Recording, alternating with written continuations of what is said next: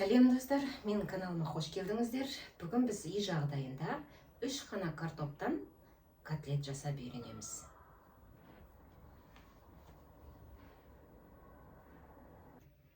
Ал онда бастаймыз достар.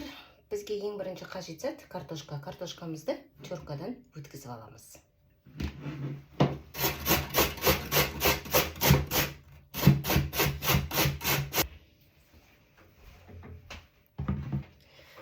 Мінекей теркамыздан өткізіп болдық. Бізге енді осы теркадан өткізген картошкамызды суға 10 минутқа салып қоямыз.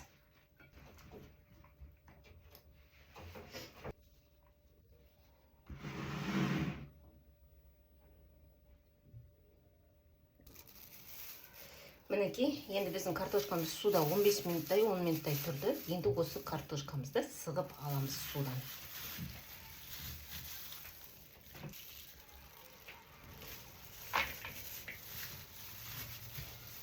Неге суға салып қояды десеңіздер, сіз картошканың крахмалын шығарып тастау керекпіз.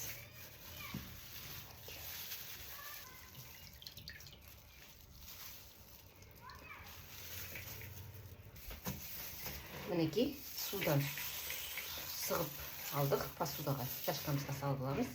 Осыған енді біз бір жұмыртқа, қара бұрыш, тұзын және ұн қажет болады. 80 граммдай тұз бізге жеткілікті. Ары қарай кірісеміз.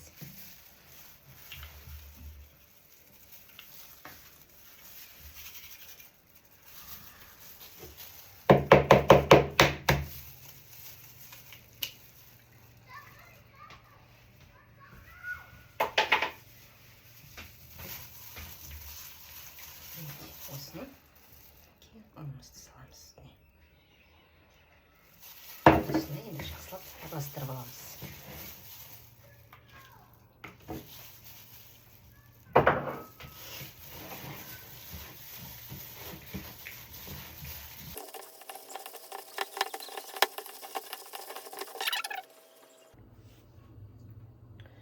Мінекей достар, енді біз жаңағы мына начинкамызды осы жай отта пісіріп аламыз.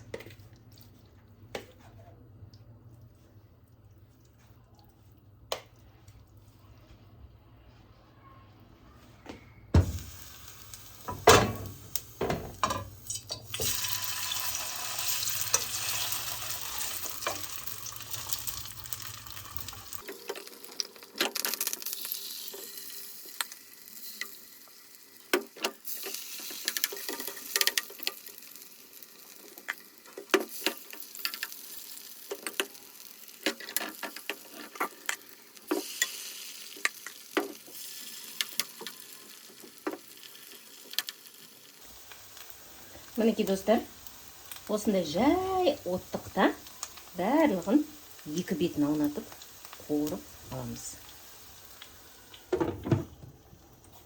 Мінекей достар, картопымыздың екінші бетін аударып, жай оттықта пісіреміз. Осы бетін аударып, тағы да 5 минутқа крышкасын қақпағын жауып қойып қоямыз. Ары қарай не істейтінімізді бірге істейік.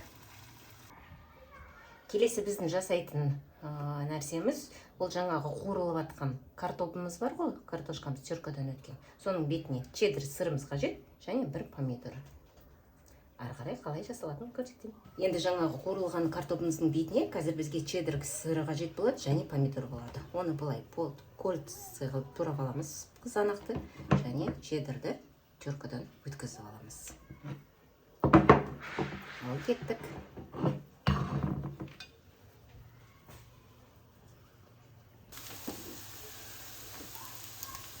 Чеддер сырымызды салып шығамыз.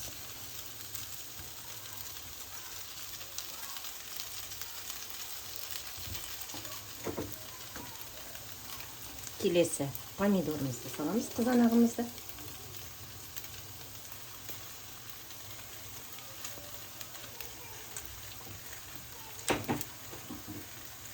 Және тағы да бетіне сырымызды саламыз.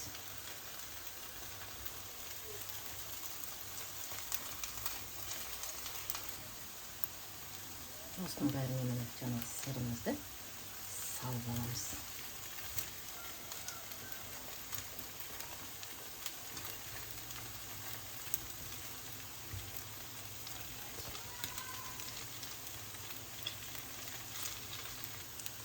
кішкене черный перец саламыз бетіне.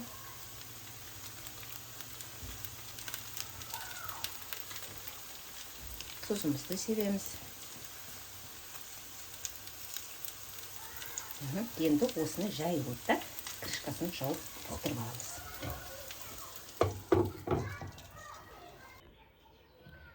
Ал, достар, бізге начинкасына керек қажет заттар. Бір сәбізіміз қажет, укроп және сливки. Мінекей, біз сәбізімізді қуырып аламыз.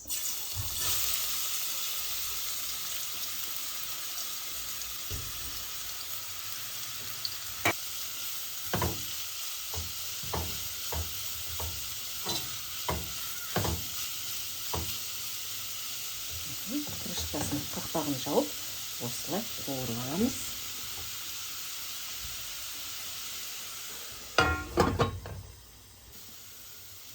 Мінекей, морковымыз қуырылды. Енді осыған сливкимізді қоямыз.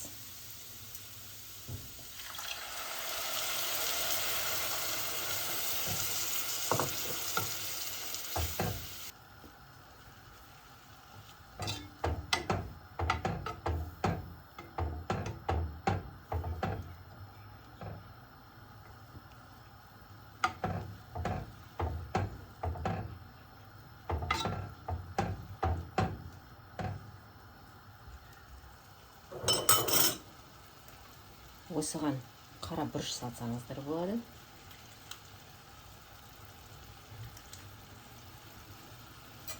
Және тұз саламыз.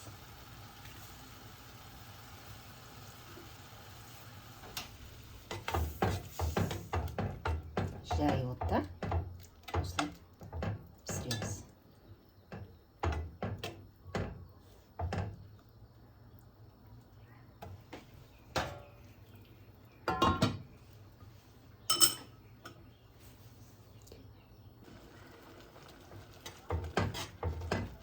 Мына біздің начинкамыз бұл.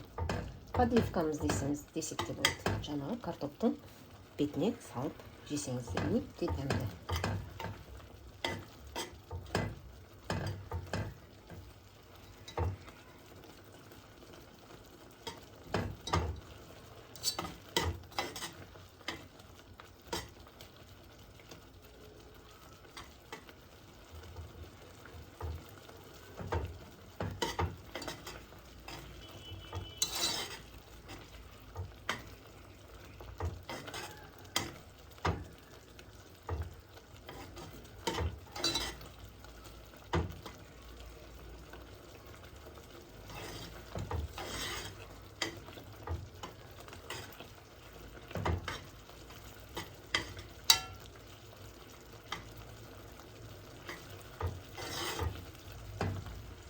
Осының бетіне енді укропымызды саламыз.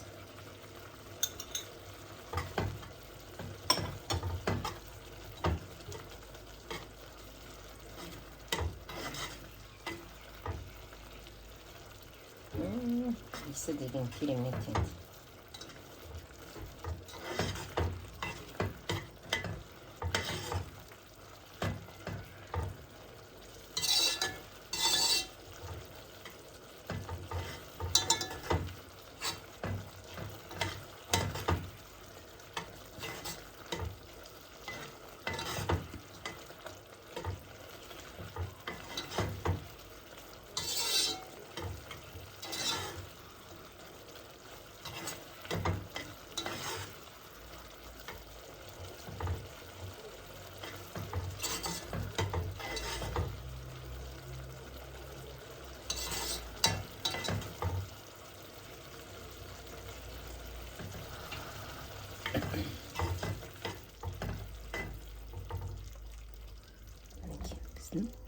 Подливіміз дайын.